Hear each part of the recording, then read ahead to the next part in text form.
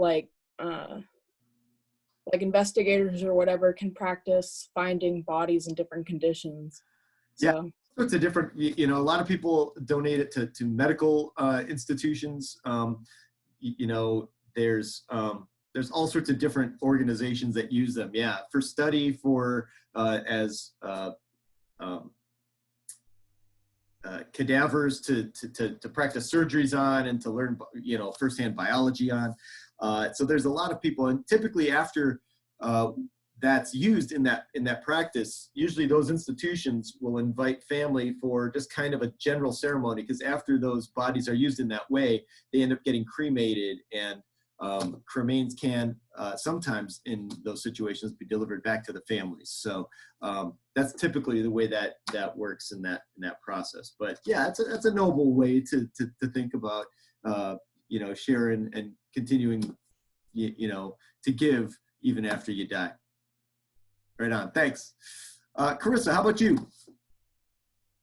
I'd either do buried or cremated. Probably cremated. And why so? I don't know. Is there something that about cremation that you think it sounds better than burial, or? I think my parents are doing it, so that's what gave me the idea. Yeah. Do you know why your parents are leaning towards cremation opposed to burial? No. There's your dinner conversation for tonight. Yeah. All right. Thanks. All right. Connie, how about you? I want a natural burial. Why natural burial? I think it's better for the environment. Yeah, and it is one of those things, and I think even a natural burial, there's all sorts of chemicals that we've absorbed in our bodies that aren't necessarily even good for the environment. That's why that article, or not the article, I think the video talks about promesion. And although that sounds kind of gross to us, but that whole idea of allowing the body to quickly decompose sounds like one of the ways that might be the most environmentally friendly, although the process itself doesn't sound very pleasant. So yeah, right on. I appreciate that. Thanks, Scotty. Brett, how about you? I'm pretty sure what I said in my do now. I said just a regular funeral, like just being buried in like a cemetery. So a pretty standard traditional burial for you. Yeah. You want a tombstone, you want that burial plot, you want somewhere where your family can come visit. Yeah, that was the main purpose of, yeah. Right on. I get that too. How many, just out of curiosity, how many of you, either yourselves or your family, regularly go to visit graves in a cemetery? Okay, 1, 2, 3, 4, yeah, 5. It's not, when I was growing up, I had an aunt that, I think weekly went to go visit her parents' graves and that kind of thing. It's not as deep part of our culture, I think, as it was for, I think, some of our previous generations. So that's something to think about too, will people actually come and use that place? And that's, I think, will lead us into our next question of are cemeteries important, and what roles should they continue to play in our society, right? All right, Sam, how about you? I said cremation. Why cremation? I'd also want my cremains to be scattered around the earth. Anywhere in particular? Just anywhere. I planned to travel with the person I was closest with, but didn't get to go to. Ah, nice. Right on. That's cool. Thanks. All right, Eli, how about you? I'd probably do cremation too. And why so? It's just my family's been doing that for a long time, so I'd probably just do it. So it's something that is something of a tradition in the family. Yeah. Right on. Thanks, man. All right, Clark, how about you? Oop. There you. Sorry. Probably just buried or donate to science. Traditional burial, or those are two different. Yeah, I don't know. I don't want to be cremated. That seems weird. I think a tree growing over me would be kind of cool, depending on the type of tree. Is there a particular tree you would want, or one that you wouldn't want? Maybe like a sick redwood. That'd be cool. Right on, right on. Awesome, man. Thank you. All right, Carson. I'd probably choose cremation, and then for the location, I'd probably choose Japan because it's a place I hold dear to my heart with what I want to do when I grow older, and I eventually want to travel there. But if I don't, and I was cremated, I'd want my ashes spread there. That's really cool. I remember reading about that in your reflection. That's awesome. Yeah, so that a place that's meaning for you, a place that has significance, and hopefully that you get there before you become cremates. That'd be hopeful. Excellent, man. Thanks. All right, Lysandra, how about you? I said just a traditional burial. And why so? You also like that idea of the plot with a headstone? Yeah, just because like my family has been doing it. Right on, right on. That's cool. Thanks. All right, David. I'll probably do.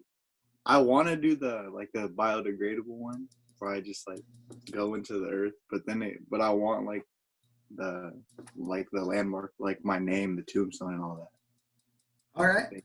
So I don't. Yeah, that's probably what I'll do. What if it were something of like a park bench or something like that? No, that'd be cool. I'd be cool with that.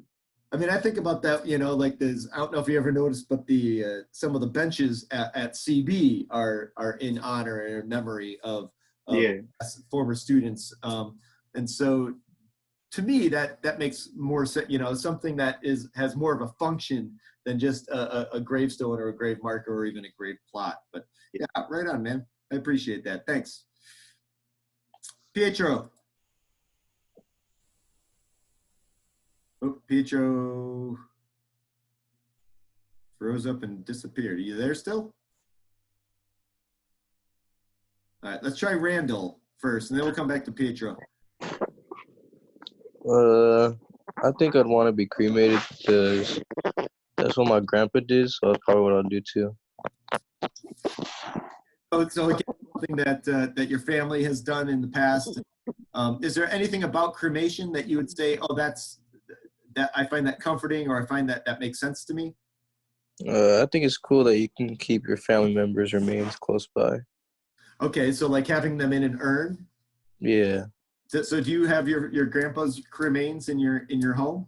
Yeah, he used to be here, but then when my grandma moved out, she took it with her. Okay, so it's with your grandmother. Yeah. Right on, right on. Hey, thanks for sharing that. I appreciate it. For sure.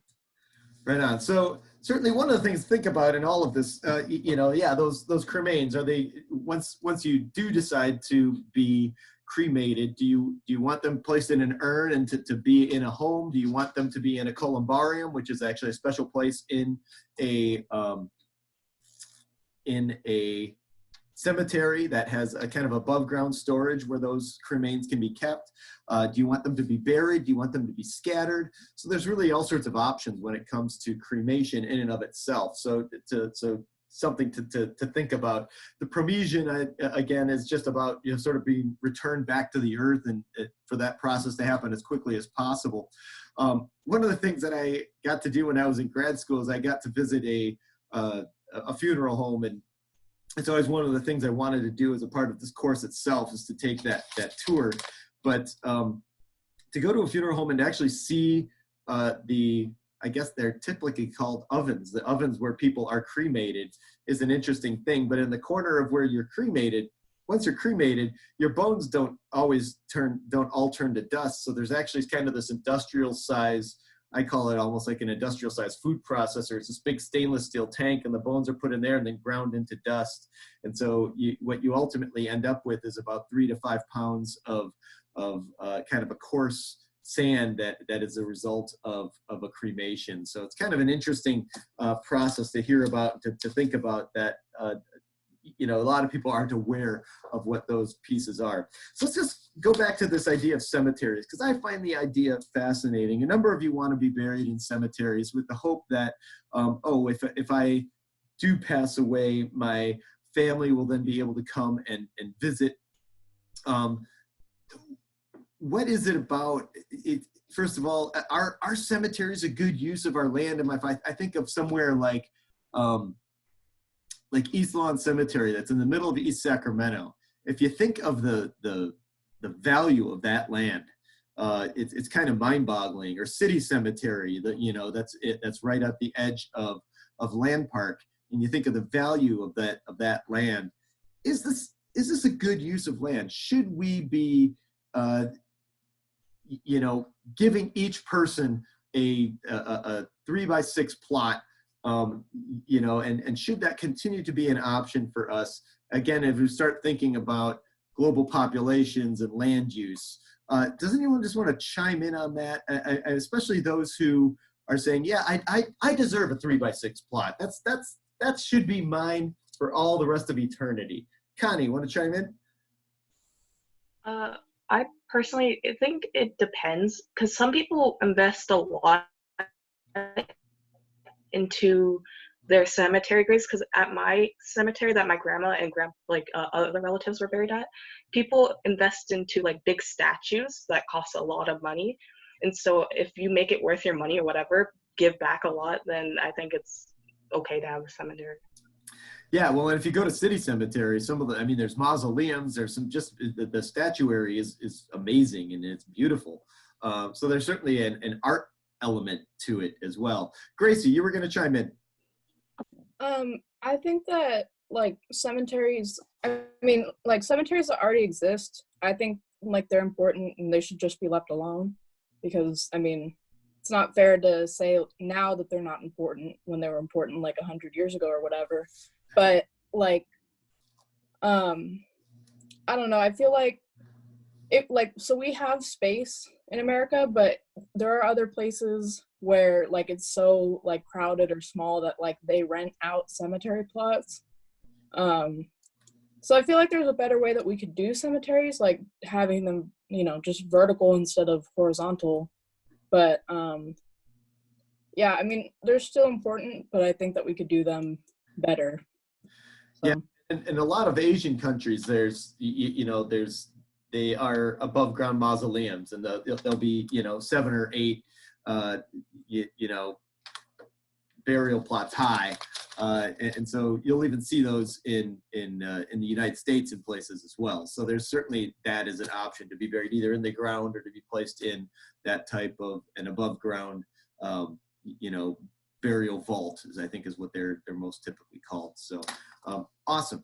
We never got a chance to hear from Pietro, and Juan joined us a little bit later. So just as far as what you guys want done with their bodies, and chime in maybe on this whole idea of cemeteries. Pietro, for whatever reason, it can't unmute you. Juan, let's try you. You there, Juan? Yeah. Yeah. So what do you want done with your body? And chime in on this whole idea of should we continue to allow people to have their individual 3x6 plot of Earth for all eternity? So what I want to my body is I want to be cremated, and I want my ashes to just be thrown in the ocean. And then I feel on the cemeteries, if that's how they want to be, if that's how their family wants to honor them, then just let it be. Yeah, that's pretty much it. Right on, man. Thanks. Anyone else want to chime in on the idea of cemeteries? I just think it's an interesting question. Go for it, Brett, since you want one. I don't know. There's a lot of people that don't want to be buried in a cemetery. So I feel like there is still I don't know, room for the people that actually want to be buried in a cemetery. So I don't know. I just think it's just leave it be, and just a fine thing to do. Yeah, non-issue in that regard. Again, just to play devil's advocate, environmentalists talk about, and I think the video talked about how many cubic tons of concrete we're just burying, how many cubic yards of rare hardwoods we're burying with regard to these caskets. The average casket will run you $3,000 to $6,000, or you can spend as much as $40,000 on a casket. Is this a good use of our resources? I mean, if we start talking just about, these are things that are just going, we create, we spend all this time, energy, resources to create, and we're just burying it in the ground. Can we as a society, when we start talking about global warming and environmental issues, is this something we can, is this sustainable?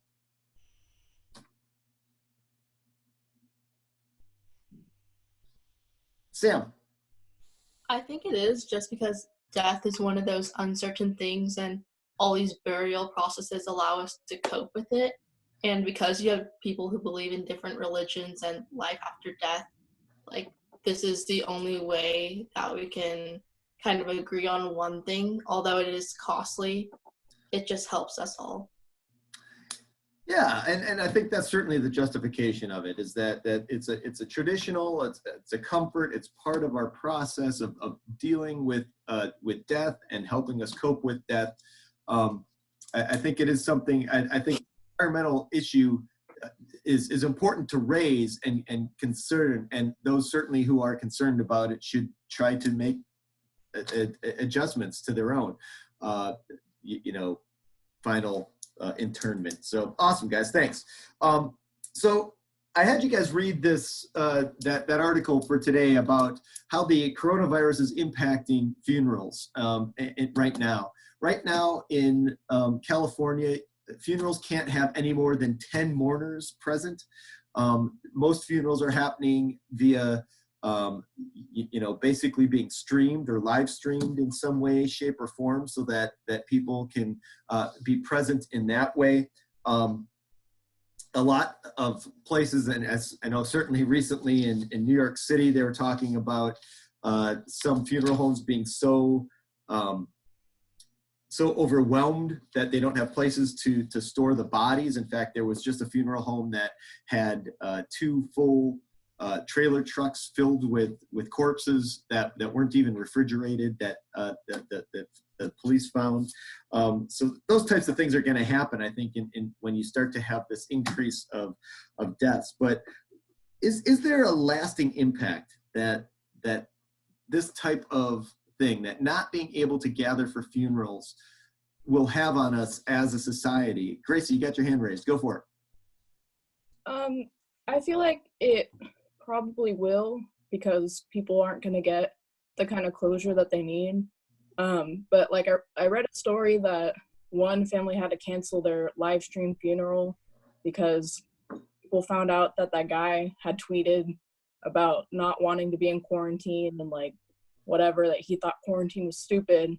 So then they canceled the live stream for his funeral because they thought people were gonna, like, I don't know, harass them. So like having to like associate that with that person's death like forever, just things like that where it's inconvenient and people don't get closure. I don't know. You don't get to do over a funeral. So no, yeah, that's for sure. It is, when we think about the 5 or the 6 purposes of a funeral, what aspects are maybe most at risk of getting lost at this time? What's being lost? Connie? I said reality, because the reality of burying someone kind of helps people like cope with the death, but now people can't bury anyone, so it kind of damages that.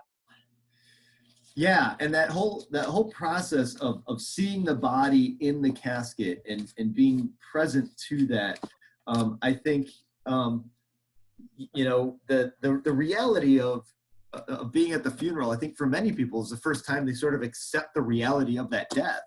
And so does that happen in the same way by seeing it on a screen? Does it happen in the same way by learning about it or engaging in it remotely? It's a great question. I don't have a really good answer to it, which I think is why it's just something to ponder. But what is that long-term effect going to be on us as a society, as a culture, when we can't gather together and mourn and accept that reality and recall those lives in meaningful ways? Although I think there's some really creative ways that people are doing that. So anyone else just want to chime in on that, on the impact of the coronavirus on and not being able to gather for funerals? All right. So I just wanted to just walk through these last this last question fairly quickly, because it's really what I want you to do, and it's just really a way of maybe sharing some brainstorming. There aren't real clear ways, and I should say that there aren't real clear ways. For all of these, there aren't real clear ways, but just to brainstorm, what are some of the ways in which a funeral helps bring forth the reality of the death? What are some ways that a funeral can help us recall that the importance of that person and what they did in their life? So just to brainstorm, and again, what I'm asking you guys to do in this reflection is not to lay out your funeral, but to say, oh, these are some of the ways that I would think that I would like people to engage in, helping people deal with the reality of my own death, or with recalling my own life, or providing support for one another. So let's just start with the reality of it. What are some ways in which funerals help us deal with the reality of a death? Carissa, was that a hand raise or a stretch? Not a hand raise. Go for it. Carson. I think when you finally see the person, like let's say it's your traditional burial with someone in some sort of casket, you finally see that they're no longer living and that they're about to be put into the ground. It kind of makes you think that, wow, my time with that person, be it short or long, is now ceasing, and I will never get to share that moment ever again. So in a way, you're being stripped of a piece of yourself and you can't get it back. Yeah, and I think for me, that's why I struggle with having family so far away and being so far away from the core family. If I were to die, I think an open casket funeral, so that, because there are times that I don't see some of my siblings for 2 to 3 years. I mean, we've gone stretches like that. So, I think it would almost be just to say, oh, I think I should have an open casket funeral just so I can help them deal with the reality of my loss or of losing me, right? And so I think that's a piece of it. But yeah, definitely being able to see that body, being able to see the casket, being able to see the urn, being physically present, I think is a key piece of the reality of part of a funeral. Excellent, thanks. Let's jump into recall. What are some of the ways in which, if you've ever been to a funeral, or if you think about, what are some of the ways you want people to recall your own life and the importance or the things that happened in your own life, the things that you've done or accomplished? Anyone want to chime in on that? Anthony, since you're late to the fray here, what's one of the ways in which you might think about in helping people recall at your own funeral? Like how they would help you remember, like how can you ask that again? Yes. I didn't. What are some of the things that you might do at a funeral that help people remember you and your life and things that you've done? Well, I remember in Tuesdays with Maury, they actually had a living, what's it called? A living funeral. They had that thing where so the part where they were all saying like the good things they remember about that they think of Maury and like the stuff they remember about him. I think a funeral would definitely help bring back some of those memories and help bring back like just things that you didn't think you would end up remembering. Just like being there with all those people would bring back memories, I guess, in some sort of way. Yeah, and certainly one of the things that happens at a lot of funerals is they'll have an open mic. I always kind of cringe whenever they have the open mic, because sometimes people just get up there and ramble on and on and on. but that's certainly one of the ways, is just to allow people to share stories, right, of you and your life and your relationship with them. And sometimes a lot can be learned in what those people share. And I've been to a lot of funerals where I've learned a lot about the deceased as a result of hearing those stories that people shared. So that's certainly a very popular way of engaging in that whole notion of recall. Anyone else? What else might you do at such a service to engage in recall? Even if it were remotely done, what might you do? Bria. I've seen people do like picture boards of the family or just like of members that were influential to them and just put them out. Yeah, absolutely. And that's a really popular one. The picture board or the slideshow, oftentimes set to maybe a piece of music that person loved. So that, again, is a really popular way to engage in just helping people remember who that person was, walking them through their life. Because a funeral is an interesting thing. Funerals are kind of like weddings in that they bring forth people from all sorts of different parts of your life. And so it might be childhood friends, it might be college friends, it might be, business associates. So people who know you in all sorts of different perspectives, but providing some sort of story to get to understand the full flow of that life is a key part of that recall. Awesome, thank you. Let's go to support. What is it? What aspect of a funeral will really help lend support, enable people to support one another or to feel supported in their own grief and in their own process of grief? Anyone want to chime in on that? Clark. It is very helpful because it's sort of like all the people that the person who is now deceased had an impact on in his life, or the majority of them all coming together to celebrate the life.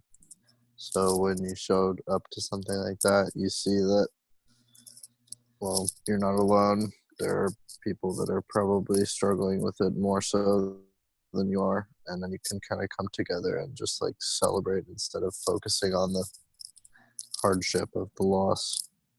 Yeah, and a packed funeral can be a sense of, wow, this was an amazing person. I went to right before we ended up going on this crazy hiatus was Miss Albright's father's funeral, Leo, and he was an amazing character, and he filled. I mean, the cathedral was packed to standing room only, and just being in that presence of knowing this guy had an amazing influence on an incredible number of people gave me it had to give the family a great sense of support, right? So certainly that, and again, we're talking about what's lost in the context of the coronavirus. I think that sense of being surrounded by people who the deceased touched or who the deceased influenced is being lost right now as a result of our isolation. The expression. What elements of expression of grief and of loss, how does that come into play in a funeral? How does that come into play? Anyone want to chime in on that piece? This one's not as clear, I think, as the previous ones.